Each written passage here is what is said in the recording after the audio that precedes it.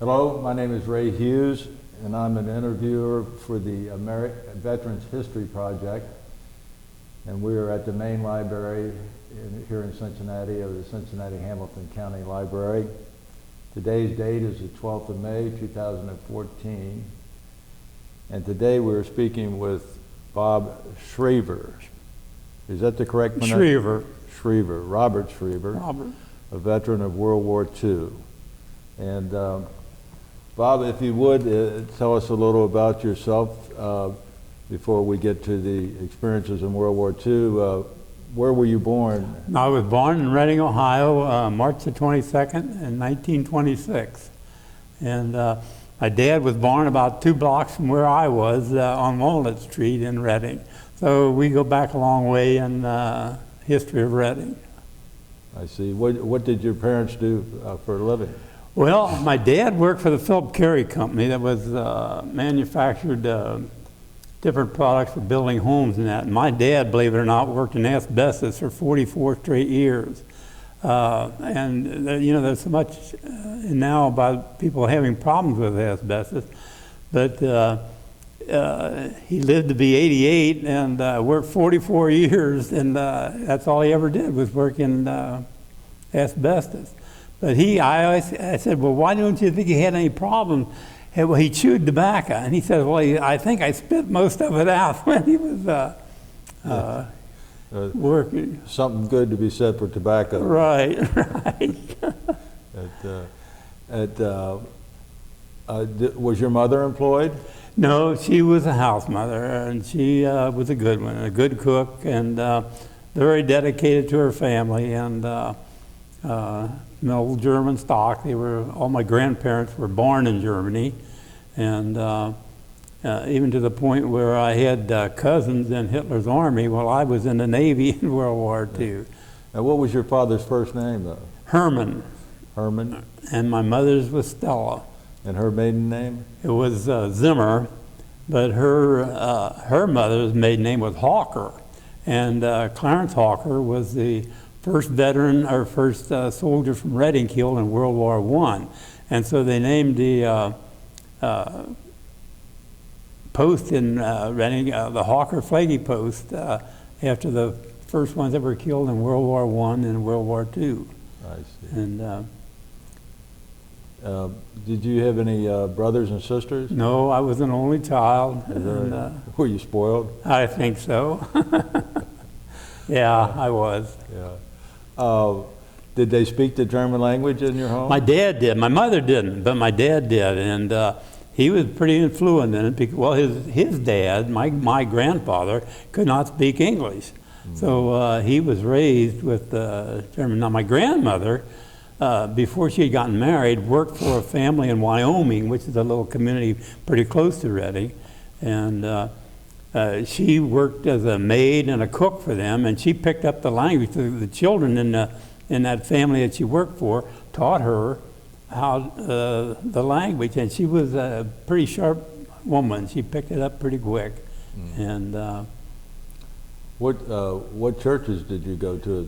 It was started out to be a Lutheran, and then they split and formed the St. John's Evangelical and Reformed in Reading.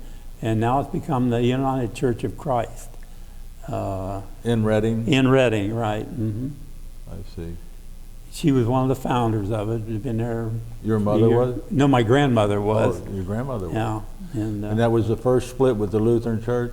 Yes, it was. It was St. Paul's Lutheran Church, and then I'm not sure when the year was, but it split up before I was born, I think, really. There was probably Missouri Synod. I'm sure it was. Yes. Yeah, I'm sure it was. You know, Reverend Bench was the minister there. I remember that. And then I can't remember who came in after him, but Reverend Bruni was the one at St. John's and the church that I went to. I see. So. What school did you go to? I went to Reading High School, graduated from Reading, and after I got out of service from World War II, I went on the GI Bill. I graduated from Purdue in forestry. went to, my first job was in Alaska. I was marking timber and to be cut up there. And I was going to get married. We had it all set up before I got this job. So I went up and we were going to get married in Alaska. But when I saw I was on an island with nobody else there practically, and it was really no place for a wife. So I had to make a decision. Am I going to stay in forestry or am I going to get married? Well, I thought too much of my wife not to stay with her. So I changed my mind, came back to the States then, and worked a few years for the Division of Forestry in Ohio and in fire control. But while I was doing that in fire control, we would train high school groups for firefighting, and if we had a fire, we could go into that high school and get about 10 kids that we'd already trained, and we would fight the fires there. Well, I enjoyed the kids so much that I thought, well, why don't I just go into education, which I did, and I had enough math from Purdue, so I went back to Purdue, picked up my education courses, and wound up teaching school mathematics 31 years at Sycamore High School in Blue Ash, Ohio. I see. And what was your wife's name? Joan. Well, Joanne was her first name, but her last name was Glusenkamp. So Schriever and Glusenkamp, we were pretty much German down the line. Yes. And her grandparents had come the same way, but they settled in Batesville, Indiana, where mine settled here in Cincinnati area. And then children? Two, a boy, Jim, and a girl, Linda. And Jim graduated from Ohio State in Parks and Management. And my daughter graduated from Miami in interior design, but wound up going out to California and got into construction out there and was an estimator for big companies. And then she worked for UCLA and would have big jobs where she poured concrete, and she was and wore a hard hat. And but she's back here now with her daughter, and so we're enjoying her very much. Now, when were you born exactly again? I was born in 1926. Okay. And where were you on Pearl Harbor Day? Pearl Harbor Day, December the 7th? sitting in our living room. And at that time, when something important happened like that, the newspapers would put out an extra. And we heard a boy running up and down the street, extra, extra. And went out and got the paper and found out that Japan had bombed Pearl Harbor. And that's how I found it out. Of course, I was still in high school then, and I wasn't old enough to go into service then. So I went in when I was very young. I graduated from high school about 9 o'clock one night. Next morning at 8 o'clock in the morning, I was on a train to go to Great Lakes. And so I just went right straight in. And What year was that? 1944. And when I got out in 46, I still wasn't, when I got back out of being in service, I wasn't old enough to vote or buy a beer. So you had to be 21 at that time before you could vote or buy a beer. So how old were you when you went in? I was 18, 18. and not quite 21 when I came out. Yeah, and 20 when you got out. So when I went in, you could sign up for the duration plus 6 months. And that's just about the way it worked out for me. So what date did you join the military? Well, actually, I joined in March of '44, but they didn't call me up until I graduated from high school. Right. At that time, they'd let you finish your high school, unless your birthday was before the first of the year. If you were 18 before the first of the year in your senior year, they would take you out and put you in service. And we had a couple of them in our class that Mr. Graduation. went in before they they gave them their diploma from the high school. Right. But they didn't get to sit with the class when we graduated. So you actually joined while you were still in high school, and then as soon as you graduated, the next day And the you next left day they had it set up, I was gone. for the Great Lakes training, Right. and that's outside of Chicago, isn't it? Yes, it's on the north side, going up towards Waukegan. Yeah.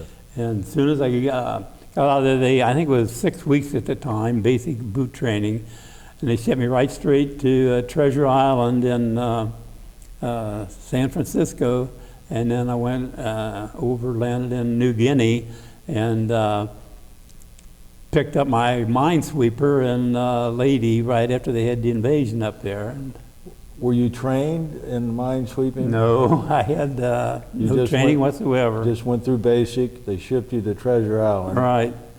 And then they must have assigned them because a lot of them from my boot camp were on other minesweepers. So I met some of them that I'd been with boot camp because they were on minesweeper.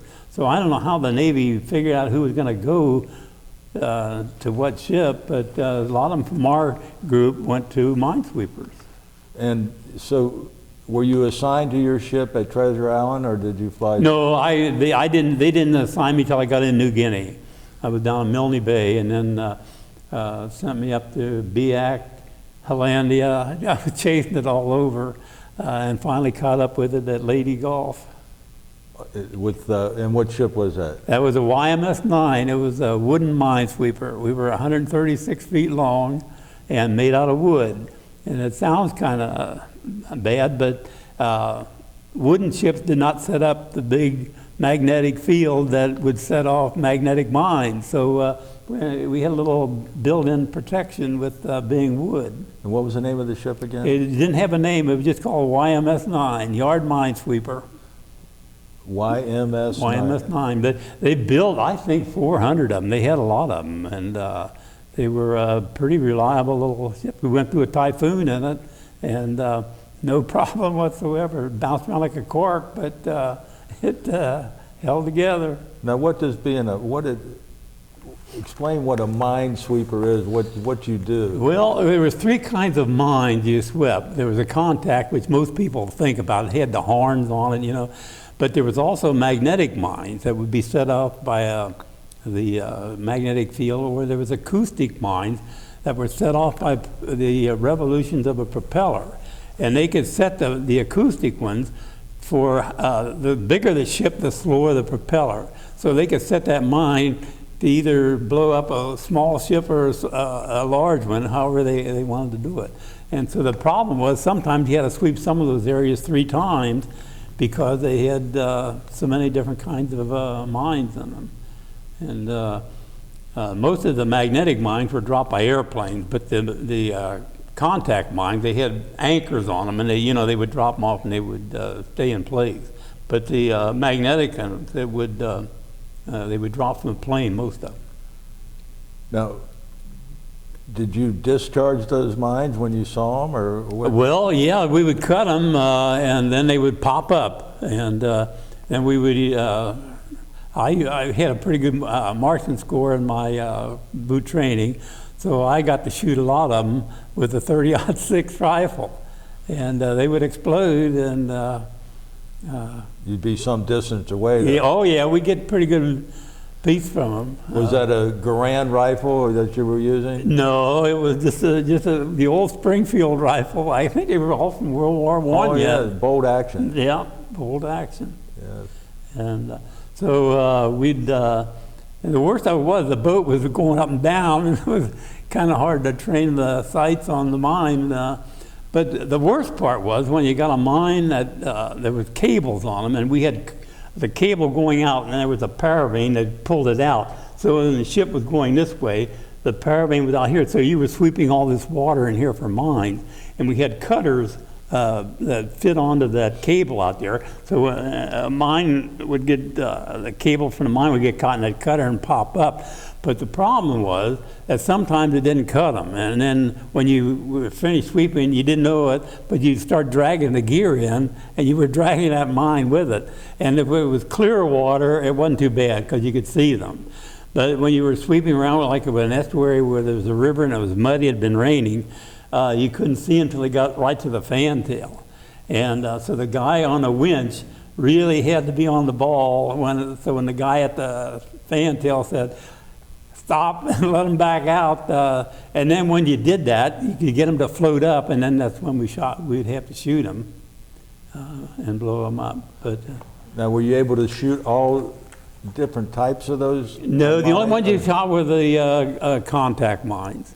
And there's some weird, we were down at Balikpapan, Borneo, and the minesweeper in front of us had cut two mines loose. One was here and the other was up here. They weren't, they weren't in a line like this, they were like it. And usually when the officer of the deck, he would change a course, he'd say, go to course 250 or whatever he wanted you to go. But he hollered, I was on the wheel then, he says, go between those two mines. So I got through the two mines there. You couldn't go out because you were in unswept waters then, see. And most of the mines were pretty much in a line because when the ship had put them down, they would go pretty much in a straight line. So once you got the line of them, you knew pretty much where the mines were going to be.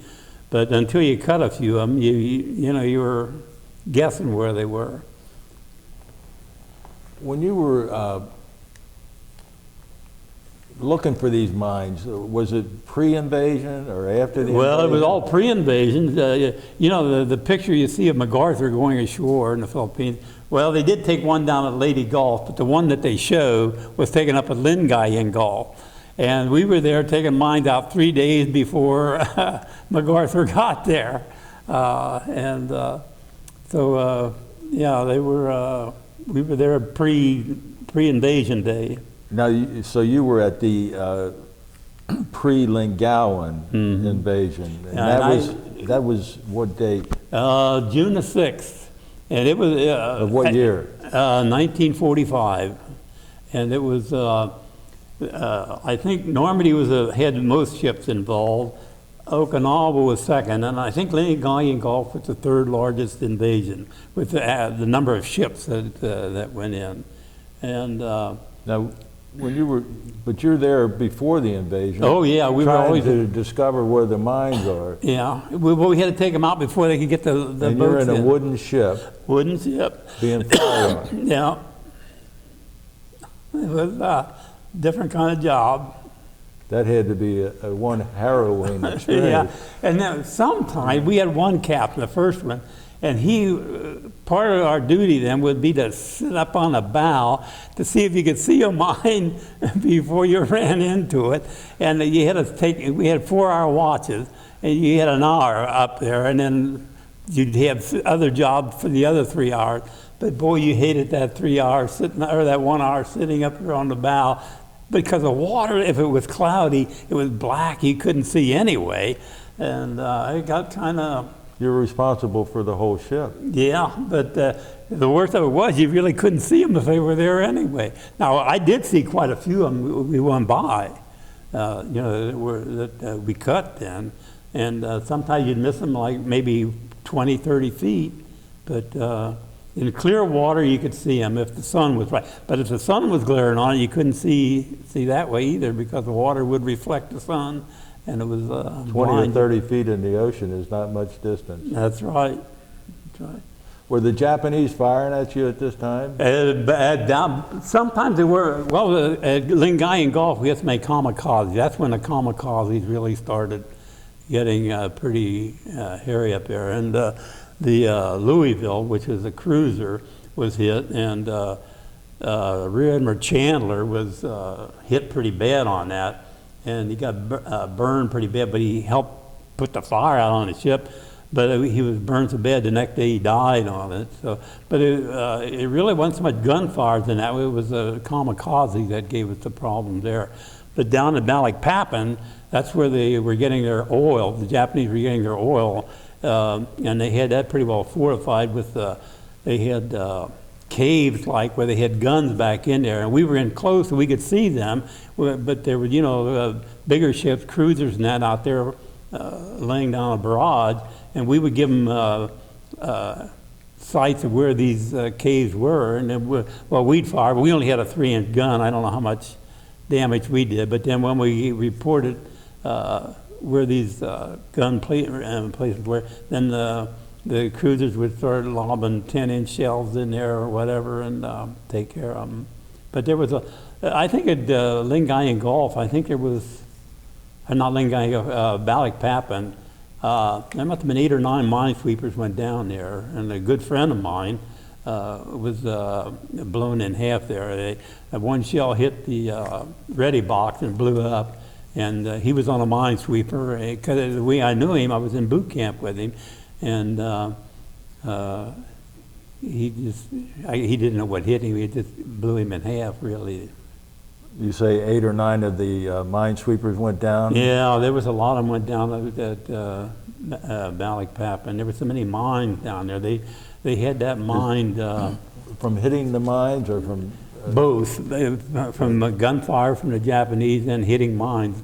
We had one minesweeper went down right in front of us because they hit a mine, and when that would happen, we'd cut our gear and go over and pick up, anybody that was. Were you able to save? Yeah, right. So that's I only saw one hit a mine, but of course, it was a big area, and there was a lot all over the place. Mm-hmm. We were getting hit. So. But it was kind of nice when it was over and he pulled out of there. But we were doing an invasion at Zamboanga, and there were 2 flights of B-24s. One was bombing this way and the other was going this way, and they dropped their bombs and hit one of the planes and knocked a wing off, and you could see it go down. And we saw one parachute come out, and we were kept hoping, for more to come out, but they never did. So I don't know how many would the 24 have, maybe 8 or 9 guys on it, or. Yeah. And you knew they were on there, and there was a cruiser there, and he sent a boat over, and they picked up the one guy that came out in the parachute.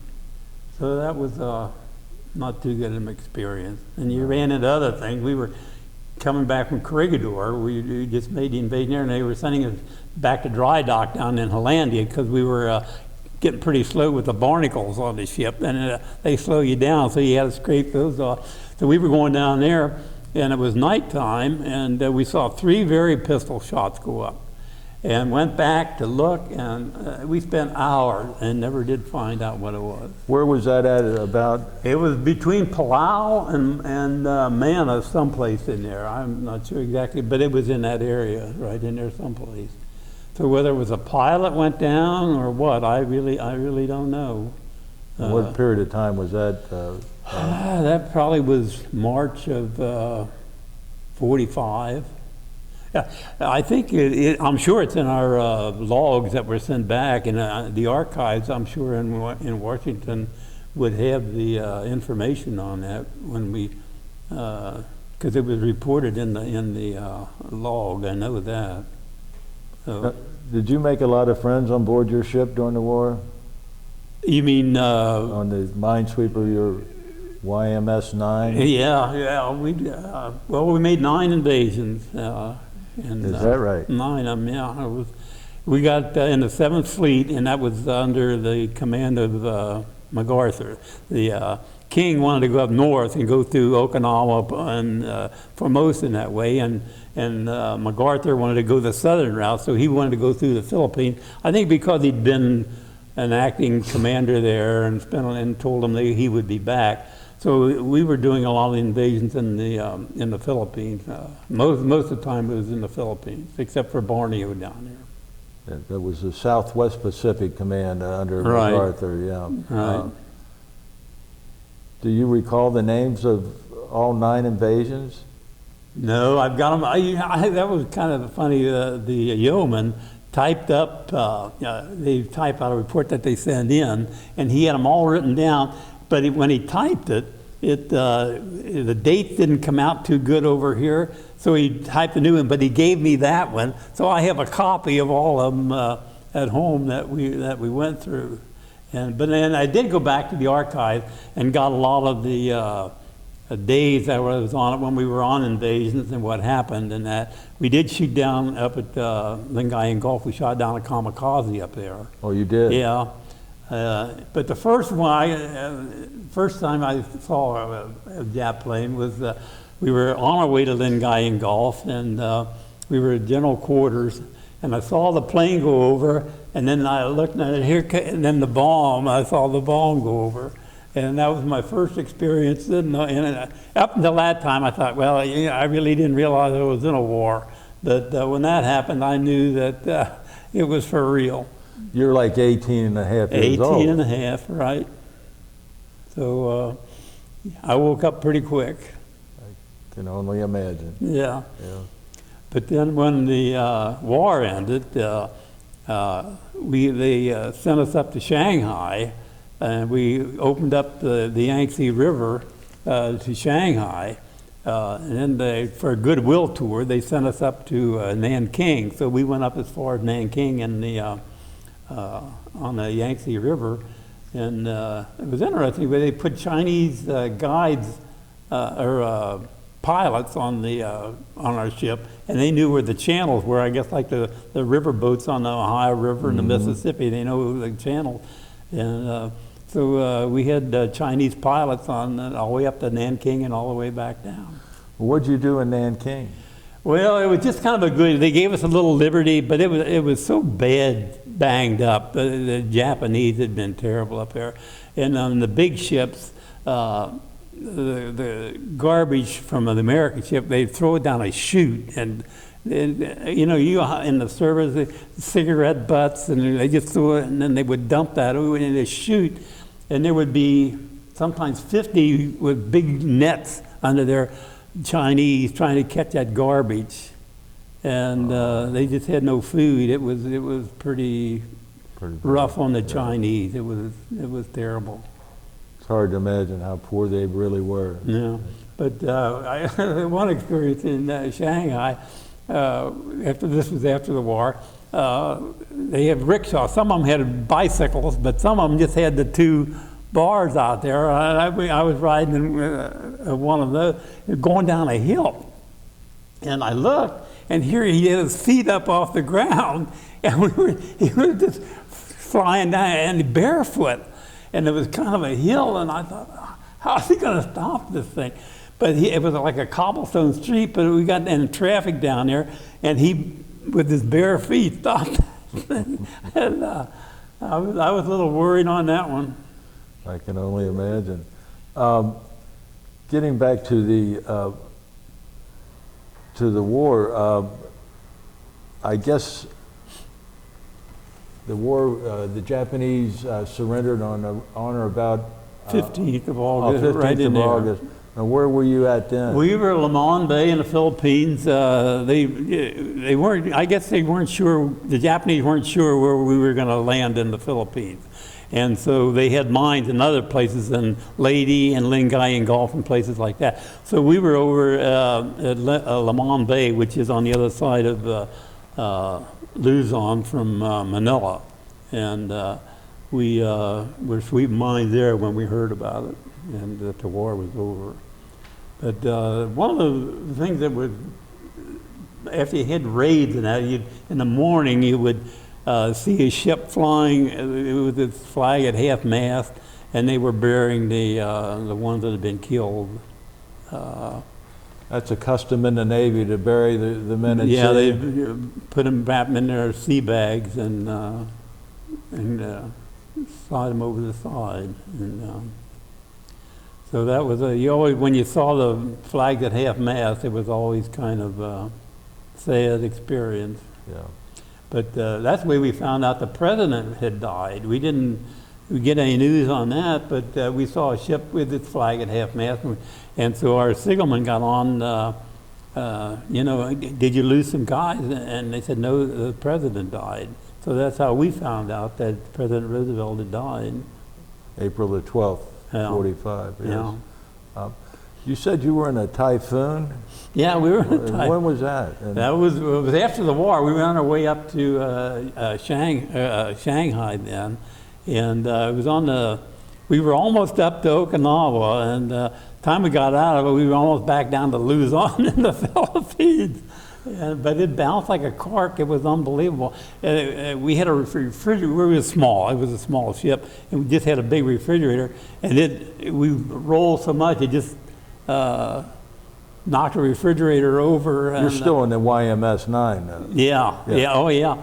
But and when you get those rules that lay there, and you think, is it going to come back or not? And then, they were unbelievable. They were. Where were you at when this ship is? Well, I stood the wheel all the time. See, on a big ship, they had enough quartermasters that they had men trained to steer the ship. But in these small ships, there just wasn't enough men, and all the seamen had to take their turn at the wheel. And so I spent. You were on it at the wheel. Oh yeah, hours, days. How long did that typhoon last? Well, we were in it about 3 days, I guess, before we finally got out of it to, where it was halfway decent weather. But when the flag, when we took it down, they have grommets, and all was that white strip with the grommets. Everything else was gone. It blew the flag. That had to be as terrifying as being in actual combat. It was a little scary. Huh? You didn't lose anybody overboard? No, didn't. But there was one minesweeper did sink going up there, and I don't know whether they picked up any survivors or not. We didn't know it, but we heard later that one of them did go down. But there was, we were lucky enough. We took on a lot of fuel. They knew there was a storm coming, and the more fuel you have, the more sturdy the ship is. And we had taken on water and fuel, so we were pretty stable. But if a ship didn't get fuel in that, they were in pretty much trouble. And that's what happened when Hull. I don't know if you read the book on Halsey's Typhoon or not, but it tells about the destroyers that were sunk in that typhoon that they were in, and it was usually the ones that didn't get refueled and were they were too far out of the water and they rolled over. So you spent your entire naval career on board ship. On board a YMS. That's right. A little bit in boot camp, and that was it. The rest of it was on board ship. And what rank were you in the Navy? I wound up boatswain second class. And what's that the equivalent of? Well, I was pretty much in charge of streaming the gear when we were sweeping mines, and how deep you swept, whether you put a long, they had what they called a depressor that would bring the cable down, and a paravane that would pull it out to the side. And so I was in charge of streaming that gear and getting it ready for the next day and ready to go, putting the cutters on the lines.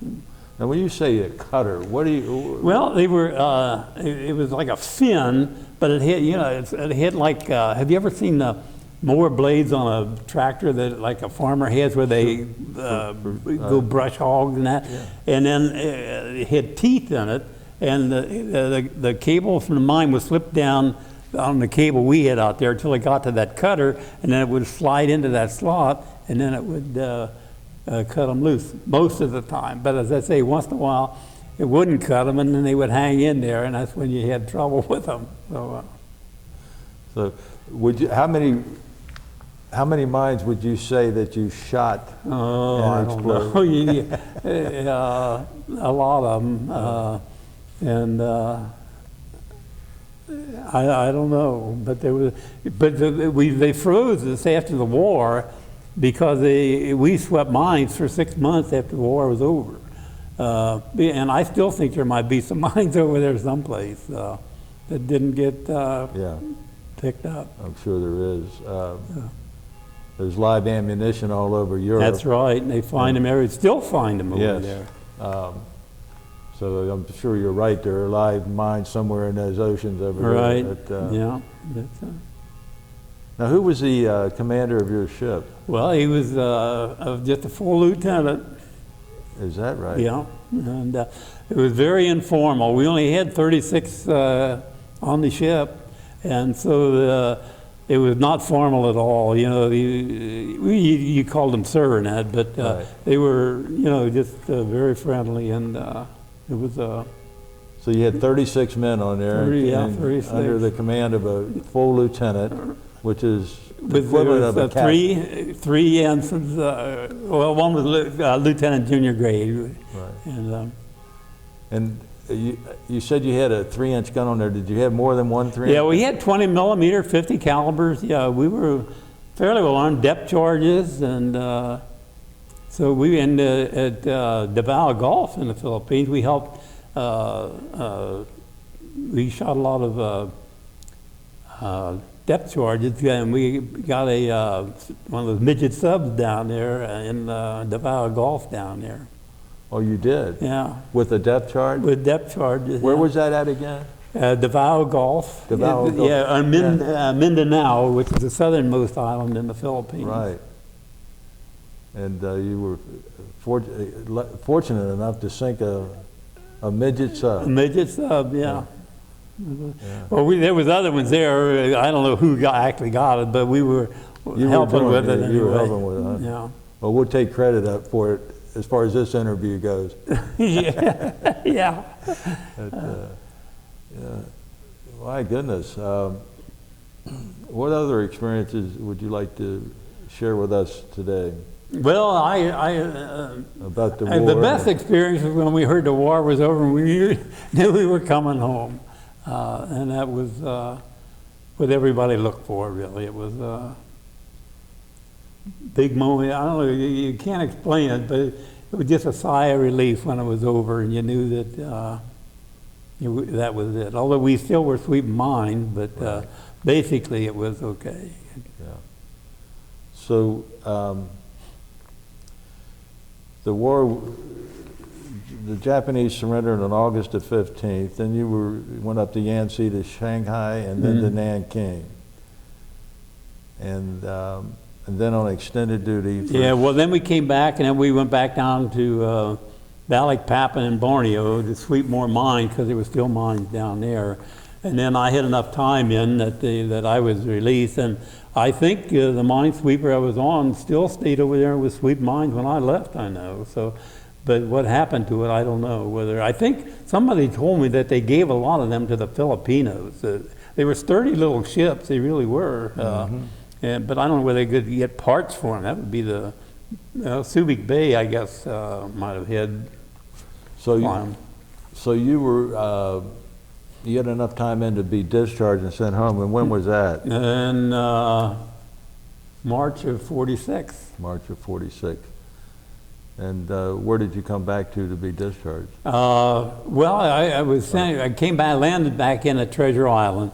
Then they automatically gave you 30 days leave, and then they sent me up to Grosse Ile in Detroit until there were so many of them getting discharged, and then they sent me over to Great Lakes, and I was discharged from Great Lakes then. So you're 20 years old now. I was 20 years old. And you're going to be on your way home. On my way home. How'd you get home? Took a bus. The transportation was kind of hard to find. So I took a bus all the way from San Francisco to Cincinnati to get home from the West Coast. I see. And my folks were waiting for me. They knew that I had called them and told them, I'd be coming in. And but that was a happy day when you got home. So when you got home, then you say you went to school under the GI Bill? Yeah, I went to Purdue, and then I wound up and got my master's degree from the University of Cincinnati and worked in mathematics. But then after I got out of retired from teacher from 31 years, which was 1985, my wife and I started making jewelry out of spoon handles and fork handles. And we do craft shows all over, and we did. This would be our 30th year in that since I retired. Yeah. Well, speaking of your wife, where did you meet her and what's her name? Joanne Glusenkamp. I met her at Purdue, and well, when I went to Purdue, of course it was mostly veterans going back, and Purdue being an engineering school, the ratio I think was 9 to 1. I think there was 9 men to 1 woman, and I was in forestry, which was practically all men anyway, so my classes had hardly any women at all. So they were going to have the forester's ball, and I didn't have a date, but Annie Fields was in forestry. And I said, Annie, do you know anyone who wants to go to the forester's ball? And she says, well, let me see what I can do. So she got me a date with Joanne, and that was it.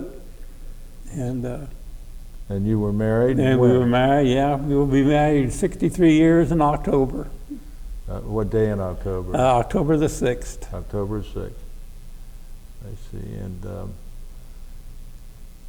And so your first job then after getting married was? Well, actually for the U.S. Forest Service in Alaska. Right. What island was that? I think it was called, I want to say Manitoulin, but no, it wasn't Manitoulin. It started with an M. I can't even think of the name of it anymore. But it was right out of Cordova, and the only way you can get into Cordova is either fly or take a boat. There's no roads to it. So it was, and there were a lot of bears on it. There were a lot of brown bears, and we were cruising timber one day, and we walked up on this she-bear that had 2 cubs, and she took out after us, and there was 4 of us, and we split out. And when she got out there, she could have gotten one of us, but she got there and she stopped and went back to her cubs, and so we got out of that.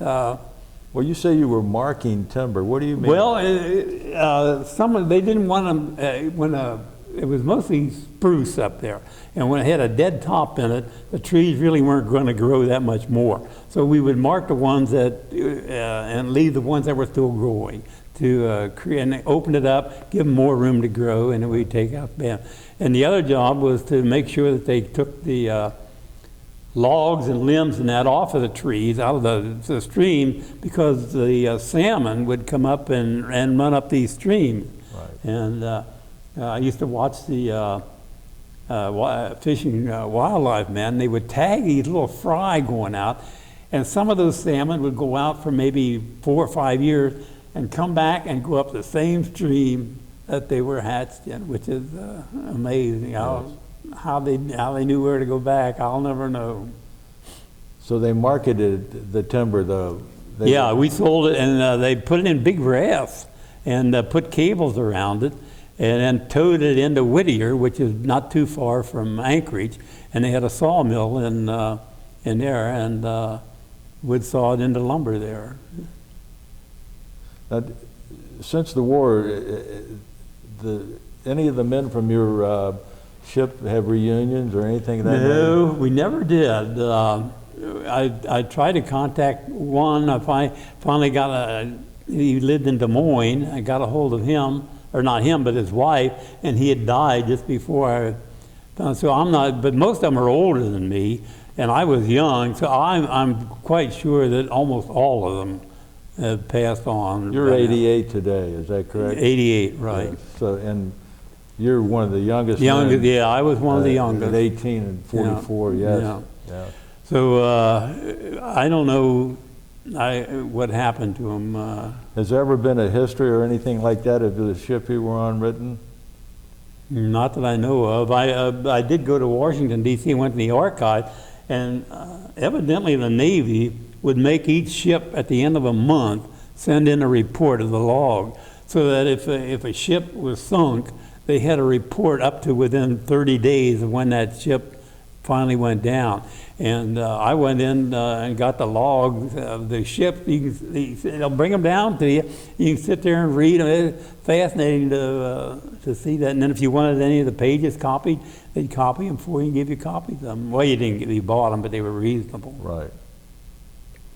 So spent a few hours there. In fact, my niece's son is going to graduate this 23rd of this month from Annapolis, and so we're going over to his graduation. I'm kind of looking forward to that. That's wonderful, yeah.